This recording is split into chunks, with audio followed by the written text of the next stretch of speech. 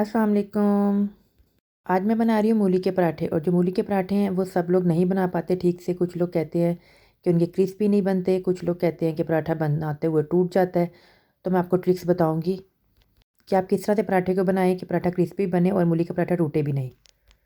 चलिए जी, आज की रेसिपी स्टार्ट करते हैं। तो मैंने 2 मग आटा लिया है और 1 टेबल स्पून मैंने इसके अंदर नमक डाला है।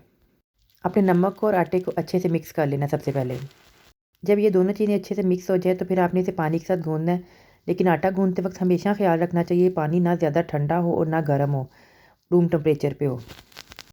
नहीं जी, मेरे पास ये इलेक्ट्रिक मशीन है तो मैं इससे आटा गूँथ रही हूँ। आप हाथ से भी गूँथ लीजिएगा जिस तरह से आपको सही लगे। मैंने 1 मग पानी का लिया था लेकिन मैंने सारा नहीं डाला, तो मैं आहिस्ता आहिस्ता डालूँगी जितनी मुझे ज़रूरत होगी। नहीं जी, मुझे लग रहा है पानी कम है। मैं पानी थोड़ा सा इसके अंदर और ऐड करती हूँ और फिर उसके बाद इसे दोबारा से गूँथती हूँ। देखें, तकरीबन मेरा आटा जो है ना वो गूँथ गया है। जब आटा गूँथ जाता है इस मशीन से तो इस तरह से आटा इकट्ठा होना शुरू हो जाता है। तो आपको पता चल जाता है कि जो आपका आटा है वो अच्छे से गूँथ गया है। चलिए, जब ये आटा जब गूँथ जाएगा तो मैं आपको बताऊँगी कि आपने आटा कितना नरम गूँथना है या सख्त गूँथना है। ले जी, आप देख लें, मैं आपको इसलिए बता रही हूँ कि इस हद तक आपका आटा नरम होना चाहिए। चलिए जी, आटा गूँथ गया। अब मैं आटे को साइड पे रख दूँगी। ये मैंने एक दरमियाने साइज़ की मूली ली है जिसे छील के मैंने कद्दूकस कर लिया है, और एक दरमियाने साइज़ का प्याज लिया है। इसे मैं बारीक बारीक काट लूँगी। इन दोनों चीज़ों की कटिंग आप एक साथ ही कर लीजिएगा। आप ये देखें जी, अब ये मैंने मूलियाँ और प्याज थे और साथ में ये सब्ज़ धनिया है, सब्ज़ मिर्चें हैं और मसाला जात हैं। मसाला जात में सूखा धनिया है जिसे मैंने अपनी हथेलियों पे क्रश किया था, नमक है, सुरख मिर्चें हैं, सफ़ेद ज़ीरा है और गरम मसाला है। चलिए, ये सारी चीज़ें आपने देख ली। अब मैं नेक्स्ट आपको बताती हूँ आपने क्या करना है। मूलियों के अंदर ना बहुत सारा पानी है। ये देखिए, मैंने मूलियाँ क्रश की थी तो ऐसा लगे जैसे पानी के अंदर भिगोई हूँ, लेकिन वो मूलियों का अपना पानी है। अब आपने मूलियों का जो पानी है उसे ड्राई करना है, उसे निकालना है निचोड़ के, जिस हद तक भी आपसे निकल सके। ले जी, मैंने जो है ना मूलियों के अंदर से पानी निकाल दिया है और ये मूलियाँ हैं, और मैं आपको दिखाती हूँ कि कितना ज़्यादा पानी मूलियों और प्याज के अंदर से निकला है। आपको खुद देख के हैरानगी होगी कि इतना ज़्यादा पानी होता है। ये देख लें जी आप।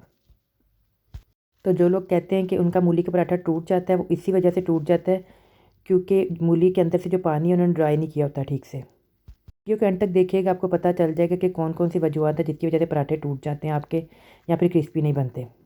ले जी, अब ये जो मसाला जात थे ये सारे मैंने ले लिए हैं, और सब्ज़ मिर्चें, सब्ज़ धनिया, मूलियाँ, प्याज, इन सब चीज़ों को मैं मिक्स कर लूँगी।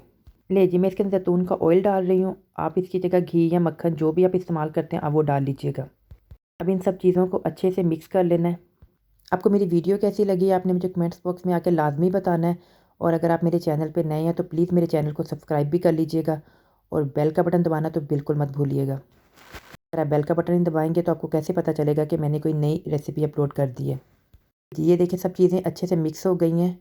अब हम पराठे बनाएंगे। मैं आपको ये जो रेसिपी बता रही हूँ ये 3 पराठों की है। ले जी, अब मैं 2 तरीके से पराठे बनाऊँगी, तो यकीनन आपको दोनों तरीके बहुत अच्छे लगेंगे। तो ये सबसे पहले मैंने आटा लिया है और मैं स्लैब पे ही बनाने लगी हूँ। तो खुशका मैंने लेके तो मैंने 2 छोटे-छोटे से पेड़े कर लेने हैं। बहुत बड़े साइज़ के ना हो, अगर पेड़े ज़्यादा बड़े होंगे तो पराठा मोटा बनेगा और क्रिस्पी नहीं बनेगा। चलिए, मैं आपको बताती हूँ कि पराठे को क्रिस्पी किस तरह से बनाया जाता है। आपने मुझे कमेंट बॉक्स में आके लाज़मी बताना है कि आपको मेरी वीडियो कैसी लगी है। आप लोग जब कमेंट सेक्शन में कमेंट्स करते हैं तो उससे हम लोगों की हौसला अफ़ज़ाई होती है, और मेरे चैनल को सब्सक्राइब करना आपने नहीं भूलना, ये तो आपको पता है पहले से ही। चलें जी, बहुत बातें हो गई, अब हम अपनी रेसिपी की तरफ दोबारा चलते हैं। तो आप ये देखें जी, मैंने जो 2 छोटे-छोटे पेड़े बनाए थे उनको मैंने बेल लिया है, और एक पेड़े के ऊपर मैंने ऑयल लगा दिया है, और फिर उसके ऊपर मैंने मूलियाँ रख दी हैं। आपने बहुत ज़्यादा एक्स्ट्रा फिलिंग भी नहीं करनी। जब हम लोग बहुत ज़्यादा डाल देते हैं तो उससे भी ये होता है कि जब हम बेलते हैं तो पराठा टूट जाता है। नहीं जी, अब मैंने ये दूसरी वाली जो रोटी थी वो भी उसके ऊपर रख के तो उसे अच्छे से साइडों से बंद कर देना है, ताकि बेलते हुए जो वो खुले ना, या फिर जब उसे बना रहे हों तो उस टाइम पे वो टूटे ना। मैंने रोटी को पहले जो अपने हाथों की मदद से थोड़ा सा बड़ा कर लिया। अब मैं इसे बेलने से बेल लूँगी। आपने रोटी को जब बेलना है तो आपने आराम आराम से बेलना है, बहुत ज़्यादा जल्दी में नहीं बेलना, उससे भी होता है कि बेलते हुए टूट जाती है रोटी। चलें, ये जो रोटी है मैंने तकरीबन बेल ली है। अब मैं इसे अपने हाथों की मदद से थोड़ा सा बड़ा करूँगी और करके फिर तवे के ऊपर डाल दूँगी। तो तवा आपने ख्याल रखना है बहुत ज़्यादा गर्म भी ना हो और ठंडा भी ना हो। अगर आपका तवा गर्म होगा तो रोटी एकदम से जल जाएगी, और अगर ठंडा होगा तो रोटी चिपक जाएगी साथ में। ये देखिए, मैंने रोटी की साइड चेंज की है तो मेरा तवा जो था उसकी हीट बिल्कुल ठीक थी। तो कितने अच्छे से रोटी एक साइड से हल्की सी पक गई है।